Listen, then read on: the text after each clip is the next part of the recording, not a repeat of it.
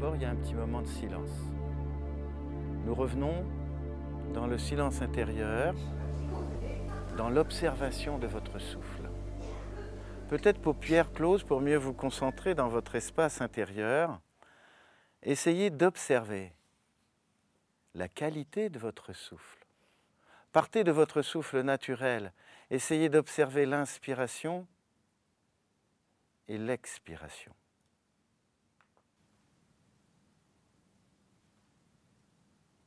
Voilà.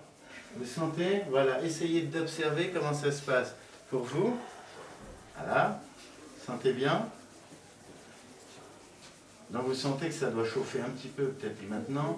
Et là, c'est la séance énergie. La séquence énergie de la séance. Il faut y croire. Et je tournicote.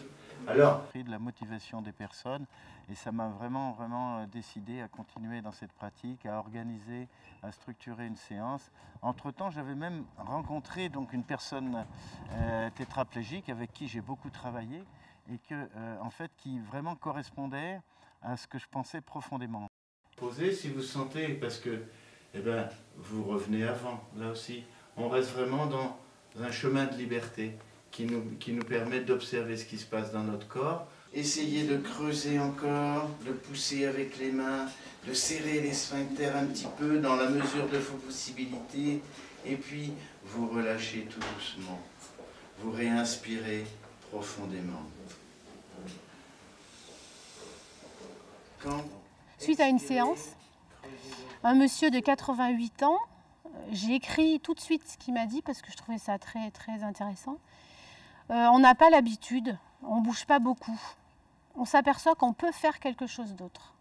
Voilà, donc rien que ça, suite à des exercices qui étaient que de la gymnastique, on va dire, j'ai pas senti autant d'intérêt parce qu'en fait le yoga nous permet vraiment de s'intérioriser et d'arriver à visualiser des choses et faire même d'être conscient vraiment de toutes les parties de son corps.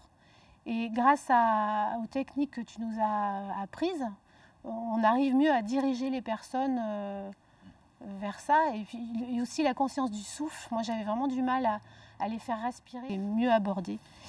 Reculez les coudes, ouvrez la poitrine. Expirez, relâchez. Tendez. Inspire. Expire. Relâchez. Essayez donc d'être dans la bienveillance avec votre tête, c'est-à-dire que vous faites ce petit mouvement très paisiblement et très tranquillement. Là maintenant on va de l'autre côté par exemple, mais allez-y doucement.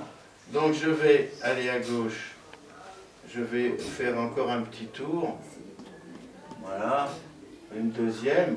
Même dans des situations extrêmement délicates, extrêmement difficiles, eh bien il est possible qu'il y ait des progrès, fussent-ils infimes, fussent-ils infimes. En tout cas, c'est de faire en sorte que l'autre, la personne qui est en face, voilà, c'est un peu soi-même.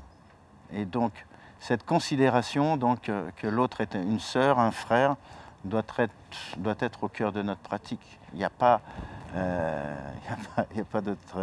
d'autre solution. Hein. Enfin, moi, j'ai recueilli des témoignages où vraiment les personnes demandent 2 séances de yoga à la maison de retraite, où il y a quelque chose qui se passe dans l'intériorisation, dans la conscience de soi, dans la paix qu'on peut retrouver un petit peu en soi-même. Bon, voilà, je crois que c'est vraiment très important. Ouais. Ce qui est motivant, c'est de voir qu'il y a un échange et qu'il y a un partage et que le fondement, c'est la reconnaissance de la personne.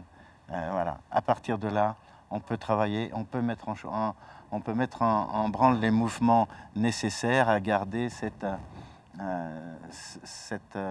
joie de vivre, bon, qu'on peut des fois avoir un petit peu perdu. Des fois, on a du mal à accepter. Donc, je pense que le yoga, c'est un art de vivre au quotidien. Et puis, une forme de sagesse quand on est dans la pleine conscience. Voilà. Tourne, fléchit.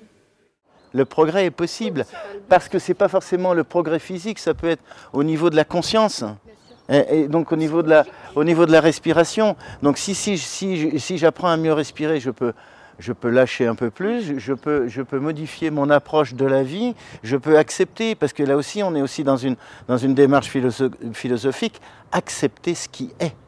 On n'a pas d'autre choix que d'accepter ce qui est. Et donc, si on met la pratique en route, eh bien ça peut être un vrai bonheur. Enfin, voilà, il y a des choses tout à fait intéressantes à développer.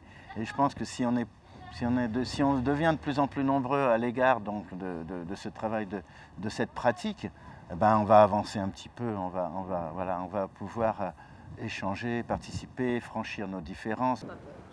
Vous fermez les yeux, vous observez exactement comment ça se passe. Où est-ce que vous respirez maintenant? Voilà, observez. Souvenez-vous où ça respire en vous quand vous avez les index l'un contre l'autre. On va mettre en place une association de yoga sur chaise pour faire en sorte que les gens puissent intervenir, que le cadre de cette séance puisqu'il est quand même assez précis, puisse être distribué, ventilé, transmis, voilà, et que les personnes puissent s'appuyer sur ce cadre. Un parkinsonien avancé, parce qu'il ne peut pas bouger au niveau articulaire. Donc ce même Léon comprend aussi qu'il a besoin de quelqu'un pour favoriser la circulation énergétique, sanguine, etc. Et c'est ça qui est intéressant et qui est finalement, quand je suis avec ces personnes, dans 2 maisons de retraite, dont un foyer résidence, ben c'est un véritable plaisir. La technique, c'est une chose, mais la reconnaissance de la personne, c'est peut-être la chose la plus importante. Et après, justement, les éléments techniques sur comment lever un bras, etc., vont être vraiment porteurs pour favoriser un petit peu plus de bien-être, de joie, en tout cas de mieux-être. L'idée, si on part du fait qu'il est nécessaire d'adapter la situation à chaque personne, le yoga est possible pour tout un chacun. Tout un chacun. Et ça, il faut le réaffirmer. Mais aussi, comment l'être humain fonctionne, comment il se lève, quels sont les mouvements que le corps peut mettre en place.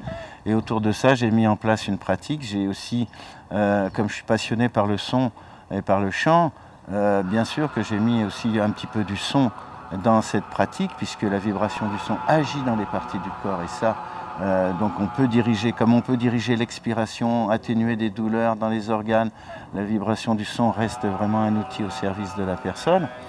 Voilà, j'ai introduit un petit peu le rire, donc j'ai codifié un peu tout ça. Le yoga sur chaise, en fait, c'est simple. Le thème sur lequel, qui me passionnait, et c'est ça qu'il faut essayer de bien se mettre en phase avec ça, c'est changer le regard sur la vieillesse et le handicap. Voilà, par la pratique du yoga sur chaise. Donc c'est très simple. Donc il ne s'agit pas évidemment de s'acrobatiser sur une chaise. Moi, on peut faire des équilibres, Non, là on n'est pas du tout là. C'est fondamentalement changer le regard sur la vieillesse et le handicap.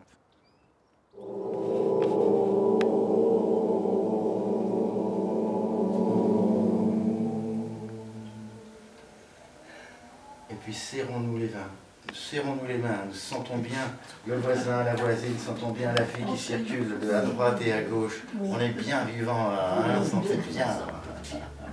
Et puis vous relâchez tranquillement. Voilà, je vous remercie de votre attention.